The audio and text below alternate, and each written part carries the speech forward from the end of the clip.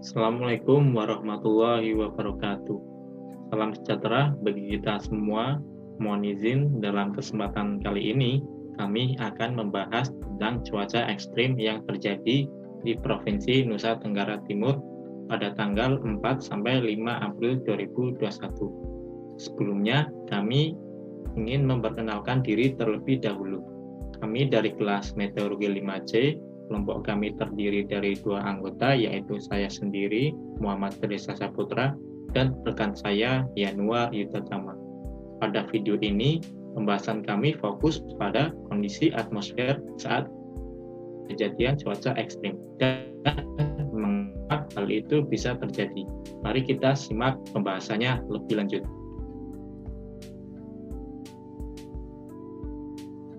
Yang pertama, pengertian cuaca ekstrim.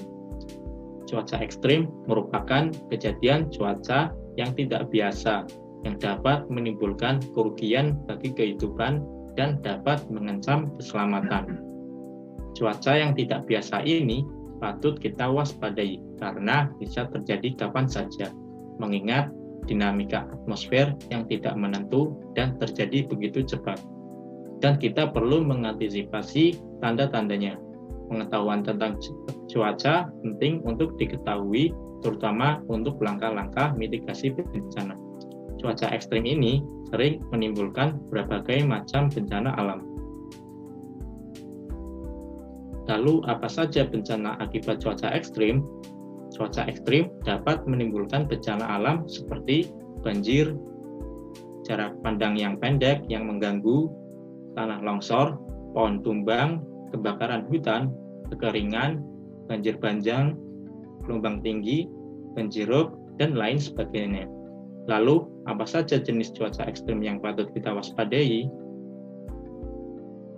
Jenis cuaca ekstrim di Indonesia antara lain suhu udara yang tinggi, yaitu melebihi 3 derajat Celcius dari suhu normalnya.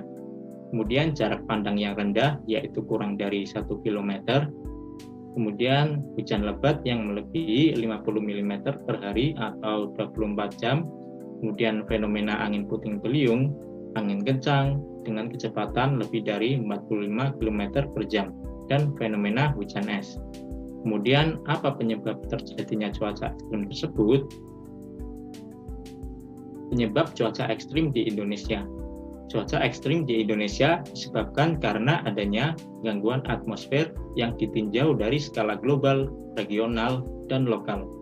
Skala global umumnya lebih berkaitan dengan kejadian cuaca atau iklim dalam skala bulanan dan skala spasial yang cukup luas seperti fenomena ENSO yang terdiri dari periode normal, La Nina, dan El Nino yang dipengaruhi oleh suhu permukaan laut. Lalu ada fase Madden-Julian Oscillation atau MJO yang aktif di benua maritim Indonesia. Kemudian untuk skala regional merupakan kondisi cuaca suatu tempat yang dipengaruhi oleh fenomena cuaca dalam skala spasial 1000 sampai 2500 km dalam skala waktu harian hingga mingguan. Contohnya seperti siklon tropis yang aktif, walaupun siklon tropis biasanya terjadi di daerah lintang lebih dari 10 derajat, tetapi Indonesia bisa berdampak tidak langsung karena adanya siklon tropis yang mendekati lintang 10 derajat. Hal ini terkait juga dengan adanya konvergensi angin dan belokan angin. Kemudian untuk contoh skala regional lain seperti tekanan udara dan kelembapan udara. Untuk skala lokal, yaitu kondisi cuaca suatu tempat yang dipengaruhi oleh fenomena cuaca dalam skala spasial puluhan kilometer dalam skala waktu menit hingga beberapa jam. Contohnya seperti proses di dalam awan yang termasuk proses pembentukan partikel es di dalam awan, kemudian proses angin darat dan angin laut, dan kondisi udara atas yang tidak stabil. Salah satu bencana alam yang paling parah akibat cuaca ekstrim ini yaitu yang terjadi pada wilayah NTT pada tanggal 4 sampai 5 April 2021. Pada tanggal tersebut, di sejumlah wilayah provinsi NTT terjadi bencana alam yang meliputi angin kencang, banjir, banjir bandang, dan tanah longsor. Daerah terdampak banjir bandang terjadi di Kabupaten Flores Timur dan Kabupaten Lembata. Banjir di Kabupaten Sumba Timur serta angin kencang, longsor, banjirop, dan gelombang pasang melanda yang kontak-kumpak. Akibat dari bencana ini, lebih dari 40 orang meninggal dunia, puluhan orang menghilang, ratusan orang mengungsi, serta puluhan rumah hanyut dan terendam lumpur. Kemudian curah hujan yang terjadi pada saat kejadian, yaitu pada 4-5 April 2021, curah hujan yang terukur di Stasiun Meteorologi El-Tari Kupang pada 4 April tercatat sebesar 253,9 mm dan pada 5 April 2021 sebesar 305,7 mm. Tentu saja nilai curah hujan tersebut sangat besar, bahkan saking besarnya seperti curah hujan yang dihitung sebulan jika dalam kondisi normal. Maka tak heran kejadian tersebut dapat dikategorikan cuaca ekstrim, sehingga dampaknya yang begitu besar di wilayah NTT ini. Lalu apa sumber masalah dari kejadian cuaca ekstrim ini? Faktor utama penyebab cuaca ekstrim di NTT adalah adanya siklon tropis yang aktif.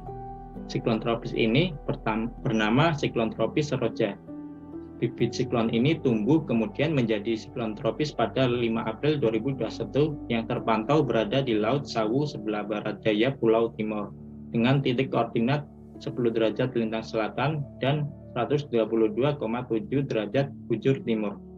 Siklon tropis ini termasuk langka, sehingga disebut kejadian anomali karena baru pertama kali dalam pertumbuhannya masuk ke daratan Indonesia.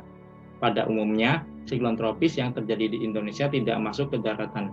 Hal tersebut disebabkan karena perubahan iklim yang terjadi, sehingga siklon tropis bisa masuk ke wilayah kurang dari 10 derajat lintang. Setelah berkembang, siklon tropis ini kemudian bergerak ke barat laut menjauhi Indonesia dengan kecepatan 16 km per jam. Lalu bagaimana siklon tropis terbentuk? Menurut TCWC,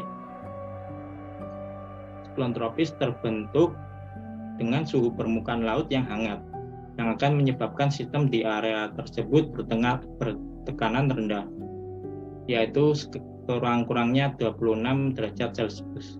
Kedua, kondisi atmosfer yang tidak stabil atau labil. Kondisi ini dapat memicu perkembangan awan-awan konvektif seperti awan cumulonimbus. Ketiga, kondisi atmosfer yang relatif lembab pada ketinggian lapisan bawah hingga menengah. Udara yang lembab atau basah menyediakan uap air yang banyak yang mendukung pertumbuhan awan konvektif. Keempat, berada pada jarak sekitar 500 km dari garis khatulistiwa atau berada lebih dari 10 derajat lintang. Kelima, adanya gangguan atmosfer di dekat permukaan bumi berupa angin yang berpusat disertai hembunan angin. Keenam, perubahan kondisi angin secara vertikal tidak terlalu besar. Perubahan kondisi angin yang besar akan mengacaukan proses perkembangan badai guntur. Selanjutnya, kita akan membahas parameter-parameter cuaca yang memicu terjadinya cuaca ekstrim akibat adanya siklon tropis Seroja. Yang pertama yaitu suhu permukaan laut atau sea surface temperature. Pada peta yang menggambarkan rata-rata persebaran spasial SST pada 1-6 April 2021, terlihat di wilayah perairan sebelah selatan NTT sebesar lebih dari 28 derajat Celcius, yang berarti cukup hangat sehingga area tersebut bertekanan lebih rendah. Selain itu, SST yang hangat akan mengakibatkan uap air lebih banyak terbentuk di aktivitas konveksi. Kemudian yang kedua dari daerah pusat tekanan rendah. Gambar-gambar ini menunjukkan sebaran spasial tekanan udara permukaan harian atau isobar dari tanggal 1-6 April 2021 yang didapatkan dari data reanalisis NCEP yang diolah menggunakan software Bratch. Pada 1 April, daerah NTT sudah menunjukkan adanya pusat tekanan rendah yang kemudian semakin meluas berkisar antara 1002 mB hingga 1006 mB. Pada 6 April 2021, pusat tekanan rendah berpindah ke arah barat laut menjauhi Indonesia. Pusat tekanan rendah ini yang memicu terbentuknya pusaran angin, karena angin bergerak dari daerah tekanan tinggi ke daerah dengan tekanan rendah. Selanjutnya adalah parameter kelembaban relatif. Kelembaban relatif adalah perbandingan kandungan uap air di udara dengan kapasitas uap air maksimal yang dinyatakan dalam persen. Kelembaban relatif pada pembahasan kali ini yaitu kelembaban relatif rata-rata harian pada ketinggian lapisan standar isobarik dari 1000 mbar hingga 500 mbar pada tanggal 4 dan 5 April atau saat kejadian cuaca ekstrem. Data yang diperoleh adalah data reanalisis NCEP yang diolah menggunakan software GREDS. Pada gambar menunjukkan kelembaban relatif atau relative humidity pada tanggal 4 April, pada tiap lapisan menunjukkan nilai RH bernilai lebih dari 80% di wilayah Nusa Tenggara Timur, sehingga kondisi ini dapat dikatakan udara bersifat basah yang menyediakan banyak uap air yang memicu terbentuknya awan-awan konvektif. Jika diperhatikan lagi, nilai RH di wilayah NTT ini lebih besar dibanding dengan wilayah lainnya. Untuk nilai RH pada tanggal 5 April, nilainya hampir sama, yaitu pada tiap lapisan mencapai lebih dari 80% di wilayah NTT. Parameter selanjutnya adalah pergerakan angin gradien. Akibat dari adanya penurunan tekanan udara di wilayah Nusa Tenggara Timur, maka terjadi pengumpulan massa udara di wilayah tersebut yang dimulai sejak 1 April. Angin tersebut berasal dari Laut Cina Selatan dan juga Samudra Pasifik bagian barat. Pada tanggal 4-6 April, dengan semakin rendahnya tekanan di wilayah NTT, massa udara yang berasal dari Samudra Hindia juga ikut tertarik ke wilayah NTT. Kondisi penumpukan massa udara akibat konvergensi ini mengakibatkan terjadinya hujan dengan intensitas yang sangat lebat di wilayah NTT.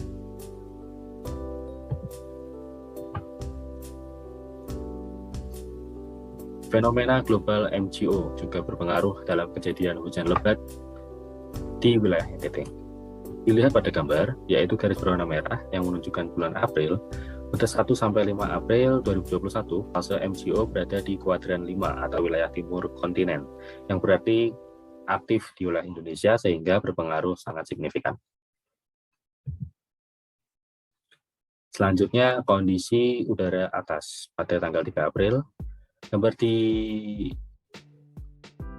samping adalah output aplikasi RAOP pada tanggal 3 April, yaitu 1 hari sebelum waktu kejadian cuaca ekstrim, di mana keberadaan Cape berwarna merah terlihat tipis pada lapisan tekanan dari lapisan 700 sampai 250 mbar. Dengan jumlah total Cape sebesar 181 Joule per kilogram, keberadaan Chin bernilai negatif, yaitu senilai -7 Joule per kilogram.